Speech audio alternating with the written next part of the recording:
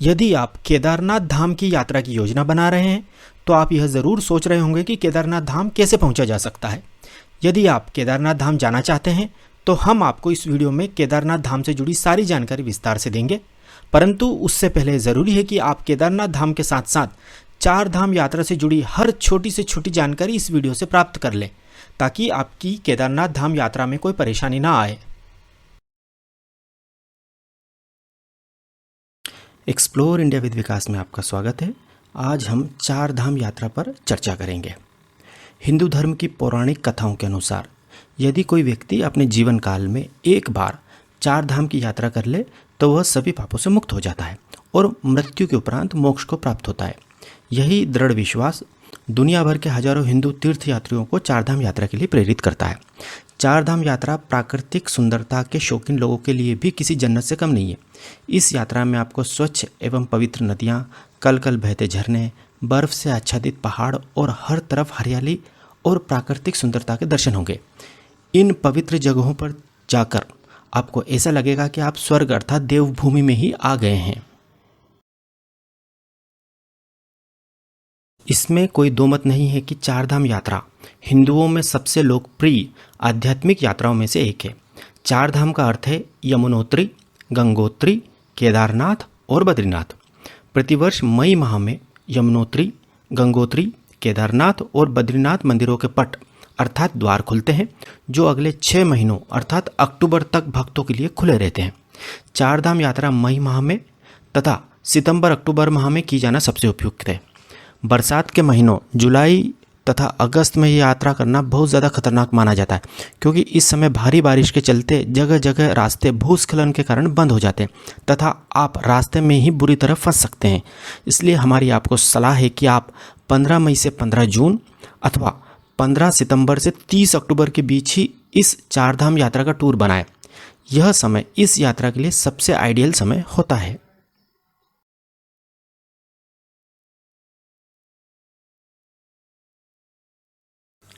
अब आपके सामने सबसे बड़ा सवाल यह उत्पन्न होता है कि इस पवित्र यात्रा की शुरुआत कहाँ से करें। तो इसका जवाब है कि चारधाम यात्रा एक निश्चित अनुक्रम का अनुसरण करती है। चारधाम यात्रा हमेशा यमुनोत्री धाम से शुरू होकर गंगोत्री, केदारनाथ और बद्रीनाथ धाम पर जाकर समाप्त होती है। इसलिए आप अपने गृह नगर से सबसे पहले हरिद्वार आएँ। हरिद्वार से ही गंगोत्री धाम की यात्रा प्रारंभ की जाती है। हरिद्वार के लिए पूरे देश के बड़े शहरों से ट्रेन तथा बसें चलती हैं। आप दिल्ली से भी आराम से हरिद्वार पहुंच सकते हैं। दिल्ली से हरिद्वार की बस से दूरी लगभग 237 किलोमीटर है तथा यात्रा में 4 घंटे का समय लगता है। दिल्ली हरिद्वार रूट पर लगभग 30 ट्रेनें भी चलती हैं। आप अपनी सुविधानुसार हरिद्वार पहुंच सकते हैं। प्रयास कीजिएगा कि आप हरिद्वार दोपहर तक पहुंच जाएं। हरिद्वार पहुंचने के बाद आप टैक्सी से अपने द्वारा बुक ऑनलाइन होटल में चेक इन करें। यदि आपने होटल ऑनलाइन बुक नहीं की है तो आप हर की पौड़ी के पास धर्मशाला या किसी होटल में जाकर सीधे भी बुकिंग कराकर वहां ठहर सकते हैं। धर्मशाला का किराया केवल 200 रुपये से 500 रुपये के बीच ही होता है। इसके बाद आप फ्रेश होकर या हर की पौड़ी पर गंगा जी में स्नान करके हर की पौड़ी पर ही किसी भोजनालय में लंच कर लें। लंच करने के बाद आप टैक्सी से हरिद्वार के मनसा देवी मंदिर के दर्शन करने जाएं। इस मंदिर तक जाने के लिए केबल कार की सुविधा उपलब्ध है। यदि आपके साथ छोटे बच्चे हैं तो उन्हें इस केबल कार राइड में बहुत मज़ा आएगा। इसके बाद आप चंडी देवी मंदिर, भारत माता मंदिर, स्वामी विवेकानंद पार्क आदि देखने जाएं।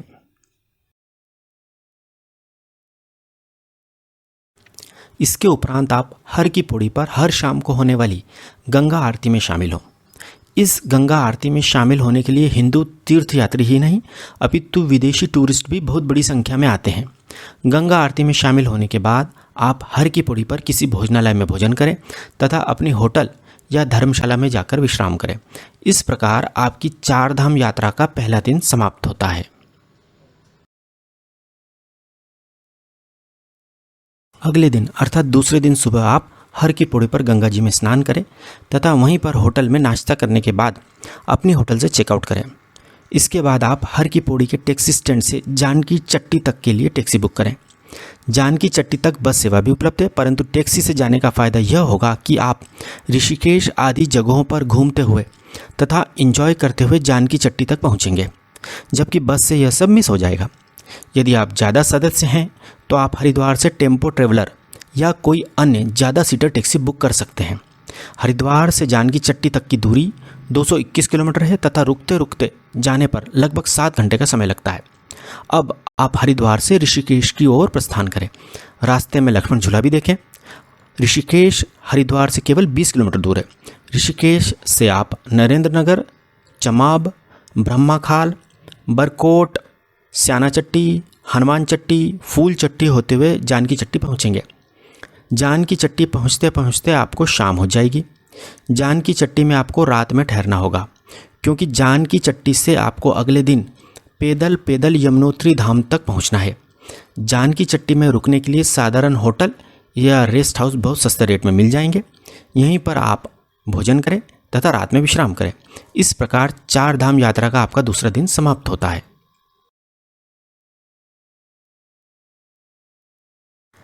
तीसरे दिन सुबह आप स्नान करने तथा नाश्ता करने के बाद जानकी चट्टी से माँ यमुनोत्री धाम के लिए पैदल यात्रा प्रारंभ करें। जानकी चट्टी से यमुनोत्री धाम केवल 6 किलोमीटर दूर है। यदि आपके साथ बुजुर्ग लोग हैं तो आप जानकी चट्टी से पिट्ठू अर्थात घोड़ा भी कर सकते हैं, जो उन्हें यमुनोत्री धाम तक लेकर जाएगा। यमुनोत्री धाम पहुंचकर आप यमुनोत्री मंदिर में माँ यमुना की पूजा अर्चना करें। इसके बाद आप सप्तऋषि कुंड भी चाहें तो देख सकते हैं। सप्तऋषि कुंड से ही यमुना नदी का उद्गम होता है, परंतु यह बात याद रखें कि सप्तऋषि कुंड यमुनोत्री मंदिर से 14 किलोमीटर दूर है तथा रास्ता भी बहुत दुर्गम है। इसलिए यदि आपके साथ बुजुर्ग व्यक्ति हैं तथा बच्चे हैं तो आप सप्तऋषि कुंड देखने बिल्कुल न जाएं। आप केवल यमुनोत्री मंदिर तक ही जाएं तथा वहां से वापस जानकी चट्टी आ जाएं।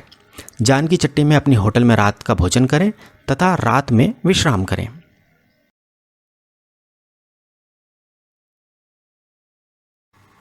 चौथे दिन आप सुबह का ब्रेकफास्ट करें तथा होटल से चेकआउट करें। इसके बाद आप जानकी चट्टी के टैक्सी स्टैंड से गंगोत्री धाम जाने के लिए टैक्सी बुक करें। जानकी चट्टी से गंगोत्री धाम की दूरी 220 किलोमीटर है तथा यात्रा में लगभग 7 घंटे का समय लगता है। यमुनोत्री धाम पहुंचने के बाद आप अपनी होटल या धर्मशाला में चेक इन करें तथा रात का भोजन करने के बाद विश्राम करें। अगले दिन आप सुबह स्नान करने के उपरांत गंगोत्री धाम मंदिर के दर्शन करें। गंगोत्री धाम मंदिर में जाने के लिए आपको यमुनोत्री धाम मंदिर की तरह पैदल नहीं चलना पड़ेगा। गौरतलब है कि यह मंदिर देवी गंगा को समर्पित है, जो उत्तराखंड के उत्तरकाशी जिले में भागीरथी नदी के तट पर स्थित है। कहा जाता है कि गंगोत्री धाम वह स्थान है जहां देवी गंगा पहली बार भागीरथ द्वारा 1000 वर्षों की तपस्या के बाद स्वर्ग से उतरी थी। गौरतलब है कि गोमुख ग्लेशियर गंगा नदी का वास्तविक स्रोत है, जो गंगोत्री मंदिर से 19 किलोमीटर की दूरी पर है। गोमुख ग्लेशियर तक जाना हर किसी के लिए संभव नहीं है, क्योंकि गोमुख ग्लेशियर तक गाड़ी नहीं जाती है। वहां तक पैदल ट्रेकिंग करते हुए ही जाना पड़ता है। इसलिए हमारी सलाह है कि आप केवल गंगोत्री मंदिर तक ही जाएं। गंगोत्री मंदिर के दर्शन के उपरांत आप भोजन करें तथा गंगोत्री धाम में स्थित अन्य धार्मिक स्थानों का भ्रमण करें। इसके उपरांत आप अपने होटल में रात का भोजन करके रेस्ट करें। छठे दिन आप सुबह का ब्रेकफास्ट करें तथा होटल से चेकआउट करें। इसके बाद आप गंगोत्री धाम के टैक्सी स्टैंड से गौरीकुंड जाने के लिए टैक्सी बुक करें। गंगोत्री धाम से आप रुद्रप्रयाग, गुप्तकाशी, फाटा, रामपुर, सीतापुर, सोनप्रयाग होते हुए गौरीकुंड तक पहुंचते हैं। गौरीकुंड पहुंचने के बाद आप गौरीकुंड में अपनी होटल में डिनर करें तथा जल्दी से सो जाएं, क्योंकि अगले दिन आपको सुबह सुबह अपनी केदारनाथ धाम के लिए चढ़ाई जो शुरू करनी है। गौरीकुंड से केदारनाथ पहुंचने के लिए आपको 20 किलोमीटर की ट्रेकिंग अर्थात पैदल चढ़ाई करनी होगी। गौरतलब है कि 4 धाम यात्रा में तीसरा प्रमुख धाम केदारनाथ धाम ही है। केदारनाथ धाम 12 ज्योतिर्लिंगों में शामिल है और यह धाम हिमालय की गोद में और मंदाकिनी नदी के तट के पास स्थित है, जो 8वीं ईस्वी में आदि शंकराचार्य द्वारा बनवाया गया था। केदारनाथ धाम जाने के लिए गौरीकुंड ही अंतिम पॉइंट होता है, जहां तक कोई भी परिवहन वाहन पहुंच सकता है। अगर आप गौरीकुंड से केदारनाथ तक की ट्रेकिंग से बचना चाहते हैं तो आप गौरीकुंड से हेलीकॉप्टर सेवा से भी केदारनाथ धाम जा सकते हैं। अगर आप यह सोच रहे हैं कि गौरीकुंड पहुंचे और आपको हेलीकॉप्टर खड़ा मिल जाएगा, तो ऐसा नहीं होगा। इसके लिए काफ़ी पहले से ऑनलाइन बुकिंग करानी पड़ती है। हेलीकॉप्टर द्वारा गौरीकुंड से केदारनाथ तथा वापस केदारनाथ से गौरीकुंड का किराया लगभग 5,000 रुपये होता है तथा एक तरफ की यात्रा में केवल 10 मिनट लगते हैं। हेलीकॉप्टर से केदारनाथ धाम जाने तथा वापस आने की दोनों फ्लाइटों के बीच आपको केवल 6 घंटे का समय दिया जाता है। आपको 6 घंटे के भीतर दर्शन करके वापस आना होता है। जैसे यदि आप सुबह 7 बजे की फ़्लाइट से केदारनाथ पहुँचे हैं तो आपको दर्शन करके वापस हेलीपैड तक 1 बजे के पहले पहुंचना होता है, वरना आपकी वापसी की टिकट निरस्त हो जाती है तथा आपको वापस पैदल जाना पड़ता है। हेलीकॉप्टर सेवा फाटा नामक स्थान से भी चलती है। हेलीकॉप्टर के अलावा आप पिट्ठू, पालकी आदि से भी केदारनाथ धाम पहुंच सकते हैं, परंतु जो आनंद गौरीकुंड से केदारनाथ धाम तक पैदल जाने में आएगा वह आनंद किसी भी अन्य साधन से नहीं आएगा।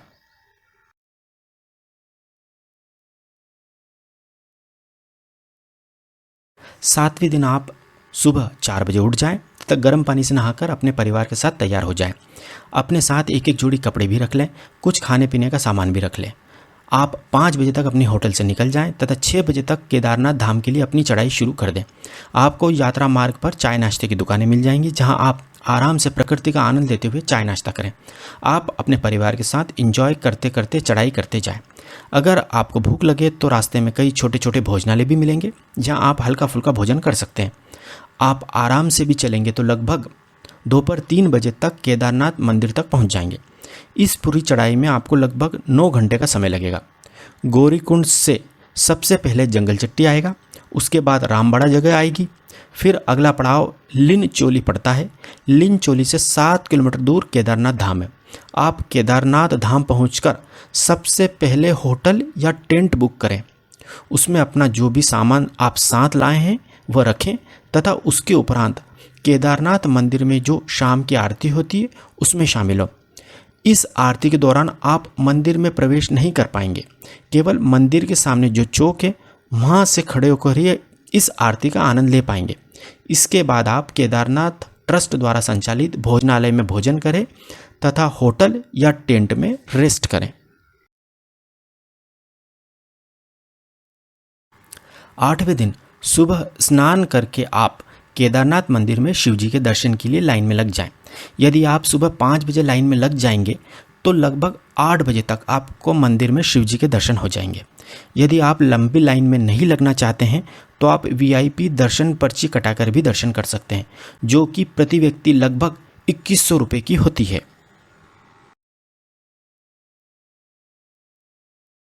दर्शन करने के बाद आप चाय नाश्ता करके होटल से या टेंट से अपना सामान वापस लेकर नीचे गौरीकुंड के लिए प्रस्थान करें। रास्ते में आप किसी भोजनालय में भोजन भी कर लें। गौरीकुंड वापस आकर आप अपनी होटल में विश्राम करें, क्योंकि आप इस यात्रा में बहुत थक जाएंगे।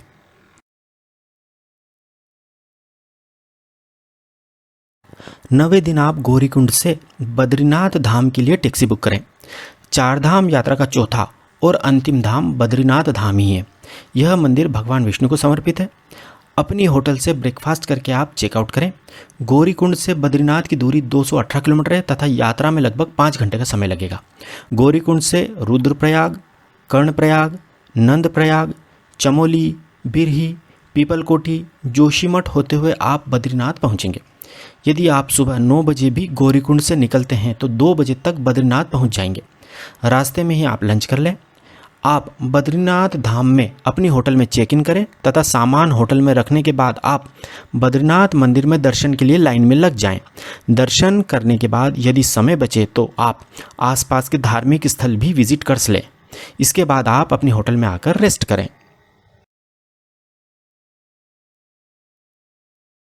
10वें दिन आप अपनी होटल में सुबह का ब्रेकफास्ट जल्दी करें तथा हरिद्वार के लिए टैक्सी बुक करें। इसके बाद आप अपनी होटल से चेकआउट करें तथा हरिद्वार के लिए अपनी यात्रा प्रारंभ करें। बद्रीनाथ से हरिद्वार की दूरी 313 किलोमीटर है तथा यात्रा में 9 से 10 घंटे का समय लगता है। यदि आप बद्रीनाथ से सुबह 9 बजे भी निकलते हैं तो आप शाम को 7 बजे तक हरिद्वार पहुंच जाएंगे। इसके बाद आप हरिद्वार से यदि कनेक्टिंग ट्रेन या बस हो तो अपने गृह नगर के लिए निकल जाएं। यदि ऐसा नहीं हो तो आप हरिद्वार में किसी होटल में चेक इन करें तथा रेस्ट करें। अगले दिन आप हरिद्वार से अपने गृह नगर की ओर प्रस्थान करें। इस प्रकार आपकी 4 धाम यात्रा समाप्त होती है। इस 10 दिन की चार धाम यात्रा से जुड़ी प्रमुख बातें इस प्रकार हैं। पहली, आप चाहें तो इस पूरी चार धाम यात्रा के लिए हरिद्वार से एक ही टैक्सी बुक कर सकते हैं। इससे आपको टैक्सी सस्ती भी पड़ेगी तथा हर जगह टैक्सी बुक करने से बच जाएंगे एवं इससे आपका बहुत सारा समय भी बचेगा। साथ ही टैक्सी का ड्राइवर आपको इस पूरी यात्रा में गाइड भी करता जाएगा। दूसरा पॉइंट है, हम हमेशा कहते हैं कि आप होटल ऑनलाइन ही बुक करें, परंतु इस चार धाम यात्रा में हमारी आपको सलाह है कि आप होटल ऑनलाइन बुक ना करें, क्योंकि यदि यात्रा प्लान में थोड़ा सा भी परिवर्तन हो गया तो सारा बुकिंग शेड्यूल बिगड़ जाएगा तथा पैसे का भी भारी नुकसान होगा। इस यात्रा में भूस्खलन या ट्रैफिक जाम के कारण कभी कभी 6-6 घंटे के लिए रास्ते बंद हो जाते हैं, इसलिए आप गंतव्य स्थान पर पहुंचकर ही होटल बुक करें। यदि आप ऑनलाइन होटल बुक करना चाहते हैं तो केवल हरिद्वार के ही होटल ऑनलाइन बुक करें। नेक्स्ट पॉइंट है, इस यात्रा में आपको होटल में भी कोई 3 स्टार वाली सुविधाएं नहीं मिलेगी। केवल एक कमरा मिलेगा जिसमें बिस्तर होगा तथा एक बाथरूम होगा, इसलिए होटल्स को लेकर कोई ज़्यादा उम्मीदें ना रखें। नेक्स्ट है, इस यात्रा में गर्म कपड़े तथा रेनकोट अपने साथ ज़रूर रखें। नेक्स्ट है, इस चार धाम यात्रा के लिए रजिस्ट्रेशन कराना ज़रूरी होता है। आप उत्तराखंड टूरिज़्म की वेबसाइट पर जाकर चार धाम तीर्थ यात्रा के लिए रजिस्ट्रेशन करा सकते हैं।